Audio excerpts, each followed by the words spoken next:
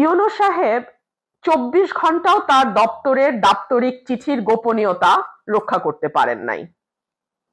উনি কি করে নির্বাচনের মতো এত বড় একটি দায়িত্ব পালন করবেন? এক, খুব অবাক হয়ে লক্ষ্য করলাম দুপুরের পর থেকে আমাদের সরাইলের ইউনো ওনার একটা চিঠি, দাপ্তরিক চিঠি ফেসবুকে ভেসে বেড়াচ্ছে।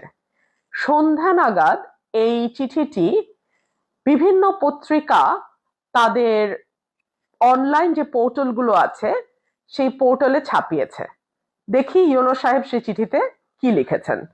উনি লিখেছেন, উপর্যুক্ত বিষয়ের আলোকে সদয় অবগতি ও প্রয়োজনীয় ব্যবস্থা গ্রহণের নিমিত্তে জানানো যাচ্ছে যে অদ্য 17/1/2026 ইংরেজি তারিখ সরাইল উপজেলার নোয়াগাঁও ইউনিয়নের ইসলামাবাদ নামক স্থানে ত্রয়োদশ জাতীয় সংসদ নির্বাচন ২৪৪ ব্রাহ্মণবাড়িয়া ২ আসনের স্বতন্ত্র প্রার্থী জনাব রুমিন ফারহানা বিশাল প্যান্ডেলে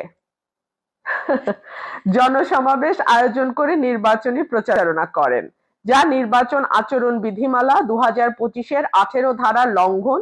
তাৎক্ষণিকভাবে এই সমাবেশ ভেঙে দেয়া হয় এবং উক্ত অপরাধের জন্য জুয়েল মিয়া নামক এক ব্যক্তিকে 40,000 টাকা অর্থদণ্ড প্রদান করা হয়। মোবাইল কোর্ট পরিচালনা করেন জনাব শাহরিয়ার হাসান খান, সহকারী কমিশনার ও বিজ্ঞ এক্সিকিউটিভ ম্যাজিস্ট্রেট, জেলা প্রশাসকের কার্যালয়, ব্রাহ্মণবাড়িয়া। উল্লেখ্য যে এ সময় স্বতন্ত্র প্রার্থী জনাব রুমিন ফারহানা বিজ্ঞ এক্সিকিউটিভ ম্যাজিস্ট্রেটকে আক্রমণাত্মকভাবে বারবার বৃদ্ধাঙ্গুলি প্রদর্শন ও আঙ্গুল উঠিয়ে বিভিন্ন রকম হুমকি ধামকি প্রদর্শন করেন। তিনি আক্রমণাত্মকভাবে ইংরেজিতে ওয়ার্নিং দিয়ে বলতে থাকেন, "This is the last time I'm warning you. I will not listen to this. আপনি পারলে থামায় দেন, আজকে ভদ্রতা দেখাচ্ছি, নেক্সট টাইম কিন্তু এই ভদ্রতা করব না। আপনাদেরকে এইরকম দেখায় আক্রমণাত্মকভাবে বৃদ্ধাঙ্গুলি দেখান, খোঁজ নেন। প্রশাসনে বসে আছেন, খোঁজ নেন। তার সাথে থাকা জনৈক ব্যক্তি বৃদ্ধাঙ্গুলি দেখিয়ে বলেন, বুইড়া আঙ্গুল দেখায়, আপনারা কিচ্ছু করতে পারেন না।" এক পর্যায়ে তিনি ও তার সাথে থাকা ওই ব্যক্তি উপস্থিত জনতাকে দেখিয়ে হুমকি প্রদান করতে থাকেন এবং জনগণকে খেপিয়ে তুলে বব সৃষ্টি করেন এবং বলতে থাকেন, "আজকে আমি আঙুল তুলে বলে গেলাম, আমার এই মানুষ এইখান থেকে বাইর হতে পারবেন না।" তার এই চিঠি সোশ্যাল মিডিয়াতে একদিনের মধ্যে ভাইরাল হয়ে গেছে। শুধু সোশ্যাল মিডিয়া না, গণমাধ্যমগুলো, আঞ্চলিক যে গণমাধ্যমগুলো আছে আমার ব্রাহ্মণবাড়িয়ায়, বিশেষ করে সরাইল আশুগঞ্জ বেসড যে গণমাধ্যম, তারাও এই চিঠিটিকে নিয়ে নিউজ করছেন। ইউনূস সাহেব ২৪ ঘন্টাও তার দপ্তরের দাপ্তরিক চিঠির গোপনীয়তা রক্ষা করতে পারেন নাই। উনি কি করে নির্বাচনের মতো এত বড় একটি দায়িত্ব পালন করবেন? এক। দুই হচ্ছে, আমি গত 13 জানুয়ারি 2026 অর্থাৎ আজকে থেকে 6 দিন আগে আমি আচরণবিধি লঙ্ঘনের বেশ কিছু অভিযোগ ইউনো অফিসে দিয়েছিলাম। জেলা রিটার্নিং কর্মকর্তা ডিসি অফিসে দিয়েছিলাম। এখনো কিন্তু আমি তার কোনো আপডেট পাইনি। সেই ব্যাপারে কোনো ব্যবস্থা নেওয়া হয়েছে বা সেই ব্যাপারে কোনো পদক্ষেপ নিয়েছে সরকারি কর্মকর্তারা, আমার কিন্তু জানা নাই।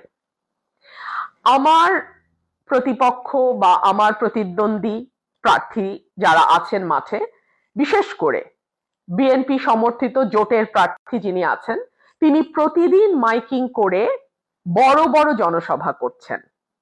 তার ফাইলও সংযুক্ত করে আমরা সরকারি দপ্তরে জমা দিচ্ছি। কিন্তু এখন পর্যন্ত স্টেজ বানিয়ে, মাইক ব্যবহার করে, সাউন্ড সিস্টেম ব্যবহার করে, এলাকায় মাইকিং করে তারা কিন্তু প্রতিদিন প্রচারণা করছেন।